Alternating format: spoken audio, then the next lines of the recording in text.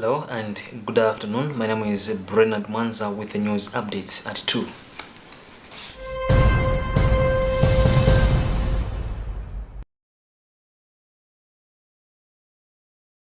Pope Francis has recommended a daily examination of conscience as an indispensable practice in spiritual life.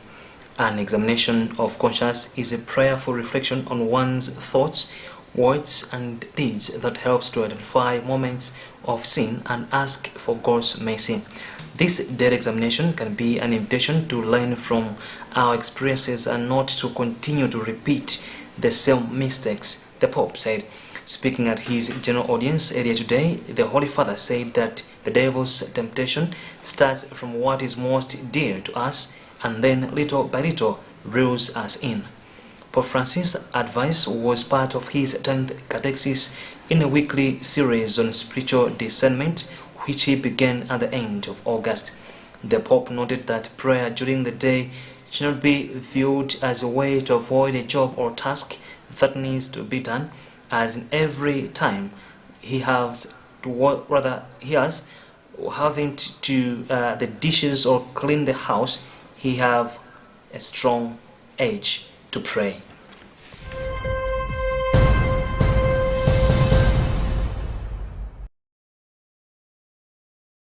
Director General of the Anti-Corruption Bureau ACB, Martha Chizuma, has called on members of Parliament to desist from corruption and politicizing the vice.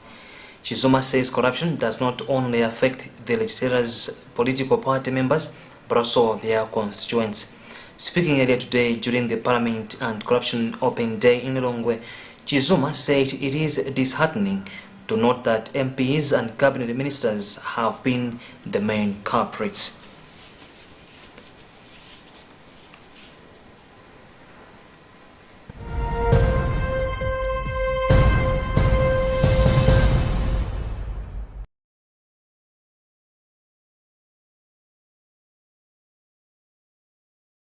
The East, Central and Southern Africa Health Community says collaboration among countries would ensure sustainability of gains in health projects for betterment of all people. Speaking in Kigali, Rwanda on Tuesday during the 9th Regional Advisory Committee (RAC) of the World Bank funded Southern Africa Tuberculosis and Health Systems Support Project, Director General of ECSAHC, Joshua Dambisia, said implementing countries of Malawi, Lesotho, Zambia and Mozambique have gained immensely from the project, adding that tremendous impact has been made on TB, malaria and HIV/AIDS response. Principal Cyril, responsible for administration in the Ministry of Health in Malawi, Benson Chisamine, said Malawi has benefited through support in preparedness and prevention of many diseases, and that government has already taken a step towards sustaining the gains accruing from the project by working on absorbing it in the national budget. In a related development, faith leaders in the country have committed to collaborate with other stakeholders in the fight against tuberculosis and leprosy as the country moves towards elimination of the two diseases by 2030. Representatives from the CCP, Anglican, Catholic, Seventh-day Adventist churches and the Muslim community made the pledge at the end of a 2-day meeting involving a team of journalists under the National Tuberculosis and Leprosy Elimination Program media team and the faith-based organizations that was held in Zomba. They collectively agreed that health citizens who are free from any disease such as TB and leprosy are the ones who can serve the Lord better while fostering the country's development, hence a need to collaborate.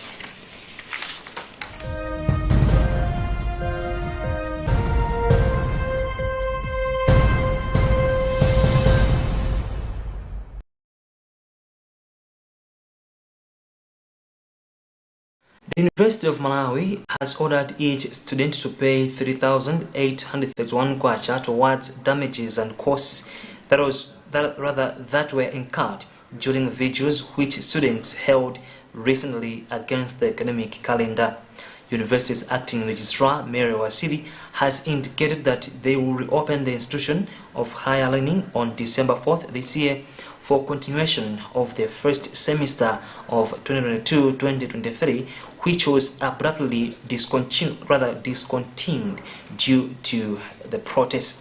Meanwhile, management has also officially bowed down to the students' demand that the second semester of 2022-2023 have a double cohort for first-year students.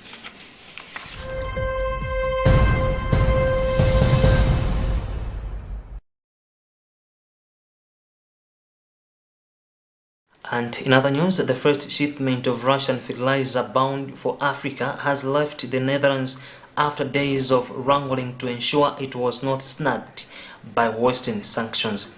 Dutch and United Nations officials said some 20,000 tons of nitrogen, phosphorus and potassium (NPK) left on board the MV Greenwich from the southern Dutch port of Tennessee on Tuesday afternoon. The ship was chartered by the UN's Food Security Agency, the World Food Programme, and this cargo is part of some 260,000 tons of Russian-produced fertilizer stored in ports around Europe. Stefan Dujarric, a spokesman for UN Secretary General Antonio Guterres, said in a statement that the shipment headed to Malawi via Mozambique is the first of a series of exports destined for countries in Africa in the coming months. The shipment is said to be offloaded in the central Mozambican port of Beira before being transported overland to landlocked Malawi in southern Africa. A second batch of fertilizer should head to West Africa, the UN said on Friday.